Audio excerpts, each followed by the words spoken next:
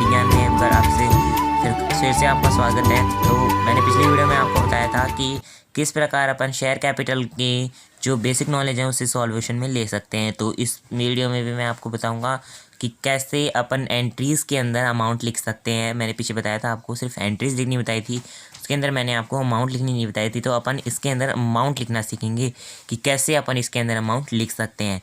तो चलिए ज़्यादा टाइम वेस्ट न करते हुए अपन देखते हैं कि कैसे एंट्रीज़ के अंदर अपन अमाउंट लिख सकते हैं। तो अपने पास पहली एंट्री थी एप्लीकेशन की मैंने आपको 2 एंट्री बताई थी पीछे। तो इस वीडियो में भी अपन एप्लीकेशन की 2 एंट्री सॉल्व करेंगे। पहली एंट्री है एप्लीकेशन मनी रिसीव्ड, मैंने बताया था जहाँ पर भी रिसीव्ड का नाम आ जाए आप बैंक को डीआर कर देंगे। तो मैंने यहाँ पर बैंक को डीआर कर दिया है।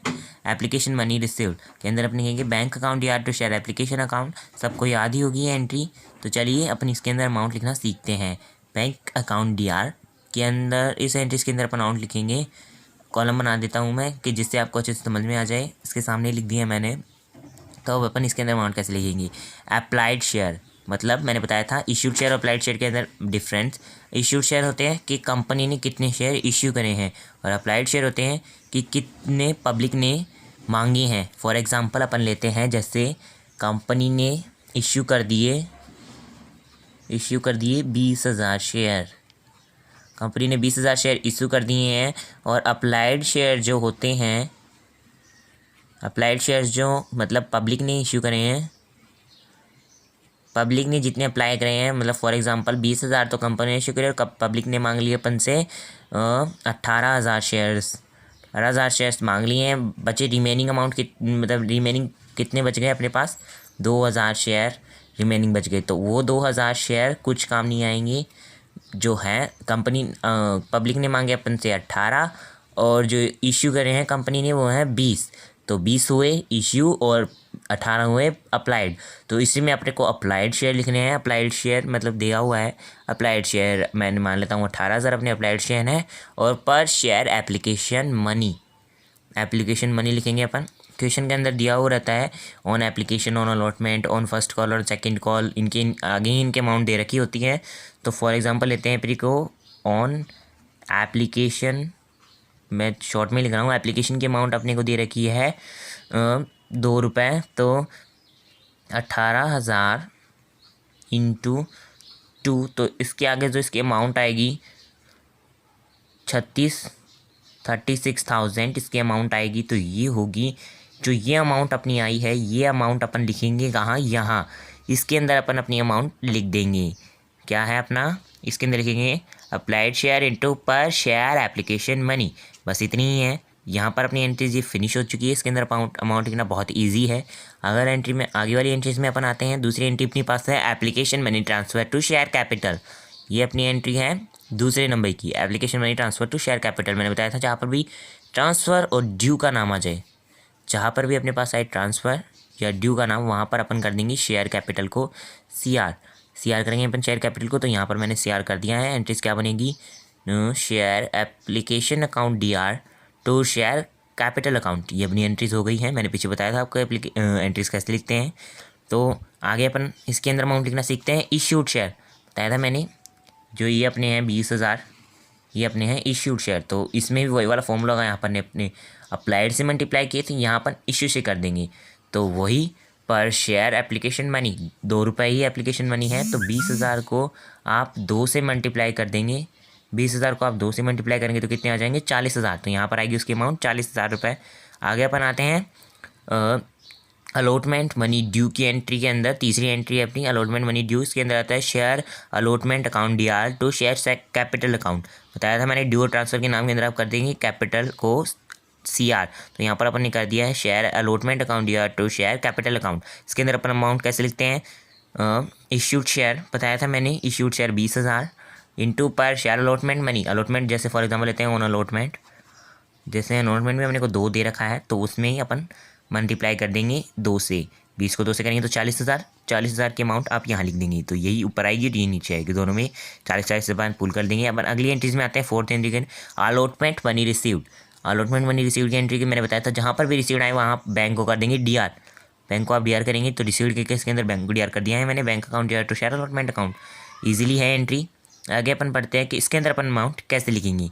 तो इसमें आती है actual received amount. Actual received amount जो ऊपर अपन ने 40,000 रुपये प्राप्त किए थे, एक्चुअल रिसीव्ड अमाउंट, रिसीव्ड का मतलब प्राप्त होता है, जितने ऊपर प्राप्त किए थे वो ही आप यहाँ पर लिख देंगे। रिसीव्ड 40 है, 40 के 40 आप यहाँ उतार देंगे। और अगर आपको मैंने पीछे बताया था कि कॉल्ड के केस के अंदर अलॉटमेंट की मनी के साथ में ही अपने को फर्स्ट और सेकंड कॉल पे कर दी जाती है एडवांस में ही, तो उसकी एंट्री अपन यहाँ करेंगे।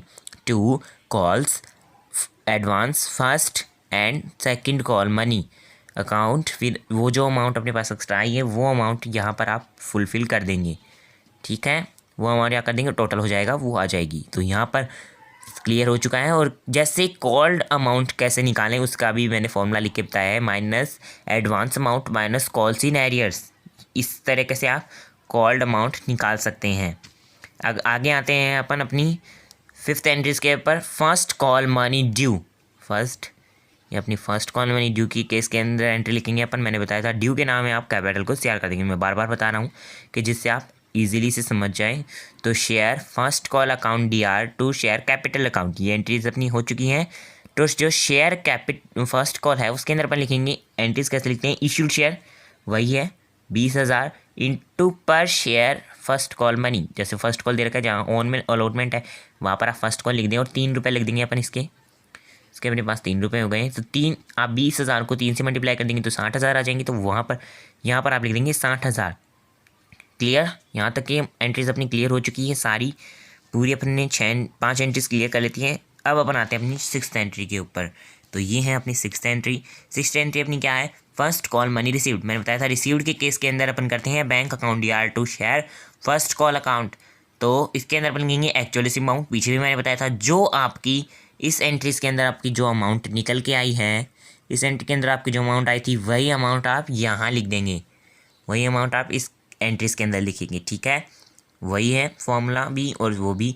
और अगर आप सेकंड कॉल के ऊपर आते हैं, सेकंड कॉल मनी ड्यू, तो इसके अंदर क्या आता है, second call account DR to share capital account.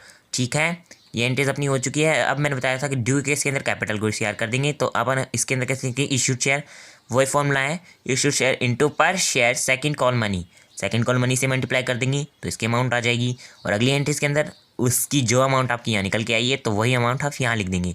ठीक है, सेकंड कॉल मनी रिसीव्ड के केस के अंदर bank account DR to share second call account, इस केस के अंदर आप वही अमाउंट यहाँ लिख देंगे। एक्चुअली रिसीव्ड अमाउंट है तो वही लिख देंगे। ईजिली सिंपल हो चुकी है सारी, मैंने एंट्रीज के अंदर अमाउंट लिखना बता दिया है। एक चीज़ का आप खास ध्यान रखें कि बोर्ड के एग्जाम के अंदर जब आपसे एंट्रीज पूछेगा तो आपको कैसे करनी है। पहले आप ज़्यादातर एप्लीकेशन की ही होती है कि इन दो में ही क्वेरी है, आगे की एंट्रीज में तो अमाउंट सेम ही लिखी जाती हैं जैसे मल्टीप्लाई में होता है। तो अब यहाँ पर आप समझें कि पहले आती है एप्लीकेशन के अंदर रिसीव्ड और फिर ड्यू या ट्रांसफ़र। इस केस के बाद में आपको रिसीव्ड की एंट्री नहीं लिखनी है, इसके बाद में आपको लिखनी है ड्यू की एंट्री। अलॉटमेंट मनी ड्यू आएगा पहले, फिर आएगा रिसीव्ड, फिर आएगा ड्यू, फिर आएगा रिसीव्ड, फिर आएगा ड्यू, फिर आएगा रिसीव्ड। इस तरह से आप एंट्री लिखेंगे इसके अंदर। अगर आप यहाँ पर रिसीव्ड लिख देते हैं और ड्यू नीचे लिख देते हैं तो यहाँ पर आपका आधा 1 नंबर काट लिया जाता है। इस बात का आप अच्छे से ध्यान रखिए। ठीक है, तो मैंने आपको सारा बता दिया है। टेबल में तो मैंने बताया था पिछले में आपको 8 नंबर के क्वेश्चन सॉल्व करने के लिए मैंने आपको टेबल बताई थी जिसमें 9 कॉलम थे। कौन कौन से थे, applied applicant, applied share, issued share, access share money, adjustment in allotment, adjustment in first call, adjustment in second call and refund. ये मैंने आपको कॉलम बताए थे। तो ये जो कॉलम्स हैं, ये जो टेबल बनती है, ये टेबल बनती है जब आपके पास क्वेश्चन आता है ओवर सब्सक्रिप्शन का आपके पास क्वेश्चन आए तब आप इस टेबल का यूज़ करेंगे क्वेश्चन के अंदर। अदरवाइज़ इस टेबल का यूज़ किसी भी क्वेश्चन में नहीं होगा। जहाँ पर आपको नाम दिया जाए ओवर सब्सक्रिप्शन का वहीं पर ये टेबल बनती है। तो मैंने आपको बताया था कि इस वीडियो के अंदर मैं आपको सिर्फ अमाउंट लिखना बताऊँगा, तो मैंने आपको अमाउंट लिखनी बता दी है। आई होप कि आपको समझ में आ चुका है। तो thank you for see my video and have a nice day.